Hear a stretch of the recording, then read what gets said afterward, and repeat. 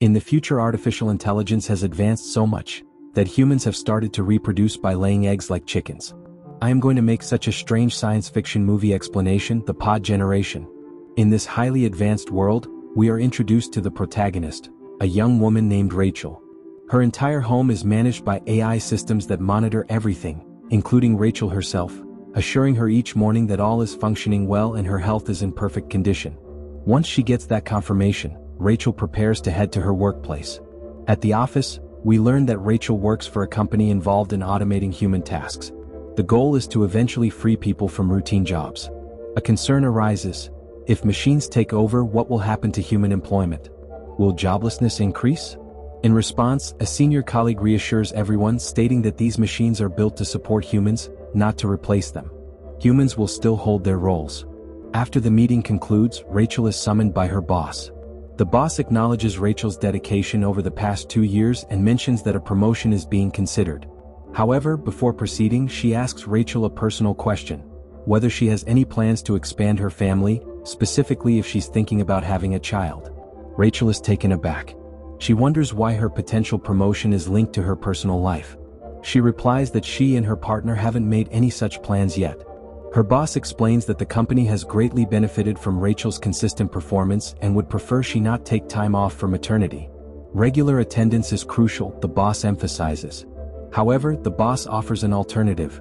If Rachel does wish to have a child, she can consider another option. She hands Rachel the contact information for a facility that uses artificial womb technology to deliver babies without traditional pregnancy. The baby develops in an artificial womb in the same way it would grow inside a mother's body, essentially mimicking the natural birth process. Rachel visits the center and is delighted by what she sees and learns. The idea of becoming a mother fills her with joy. She registers her name at the center, as these artificial wombs aren't always readily available. They are only prepared upon request by families. The very next day, Rachel receives a call from the center informing her that an artificial womb has been arranged for her. She is overjoyed. Her dream of having a child is now within reach. Meanwhile, Rachel's husband, who teaches at a college, picks a fruit from a tree for his students to eat. But none of them touch it, simply because it grew naturally rather than being produced with AI assistance. This moment reflects a deeper truth. Society has become so reliant on artificial intelligence that they have begun to disconnect from nature. Later, Rachel shares the news about the artificial womb with her friend, who reacts with excitement and suggests celebrating. However, Rachel hesitates. She admits that she hasn't told her husband yet. He values natural processes, even in this hyper-technological age. He's uncomfortable with artificial means and strongly believes in preserving nature's way. Still unsure, Rachel decides to consult her doctor, who, in this future world, is an AI with the appearance of a massive floating eye. Rachel expresses her dilemma. How can I use an artificial womb when my husband believes in natural childbirth? He wants me to conceive and deliver the baby myself. The AI doctor responds, help your husband understand. In this age, there's hardly anything purely natural left. What matters is that you're going to be parents, not how the baby comes into the world. Encouraged by the doctor's words, Rachel resolves to tell her husband the truth. But that evening when he comes home, she notices that he seems troubled. He shares his concern with her. Today, the students refused to eat the fruit I picked, just because it wasn't made by AI. What kind of time are we living in where nature itself is being rejected? Moved by his words, Rachel changes her mind. For now, she decides not to tell him about the artificial womb. The next day, Rachel visits the artificial womb center again, where she finds several other women waiting as well. Soon Linda, the head of the center, arrives. She explains that the facility was established in response to declining birth rates and aims to support women by offering an alternative method of childbirth, one that ensures a smoother, safer process.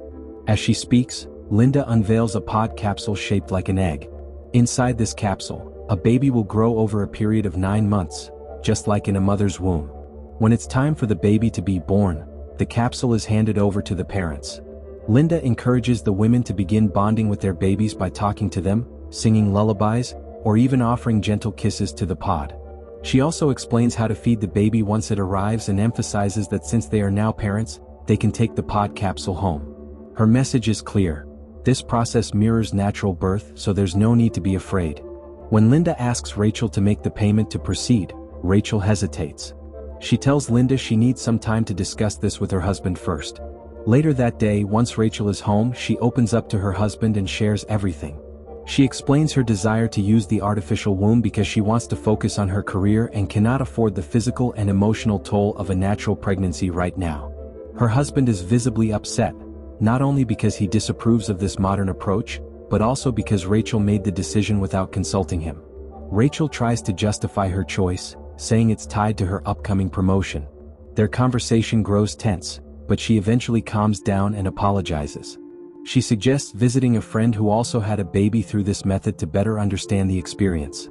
Her husband agrees. They go to Rachel's friend's house, where her friend's husband explains how convenient it is to carry and care for a baby in the artificial womb. But Rachel's husband feels uncomfortable witnessing it all. Back home, he tells Rachel that he can't make such an important decision on impulse. It's about bringing a child into the world after all. Rachel urges him to speak with her AI doctor for clarity. He goes to consult the AI doctor but ends up arguing with it and leaves unsatisfied. That night, the couple discusses how AI has altered human lives, how people are becoming increasingly dependent on machines, leading to a loss of effort and purpose. In this quiet moment, Rachel's husband realizes that Rachel's intentions are rooted in love for their future. He finally says, "If this makes you happy and it's for our family, then I'm with you."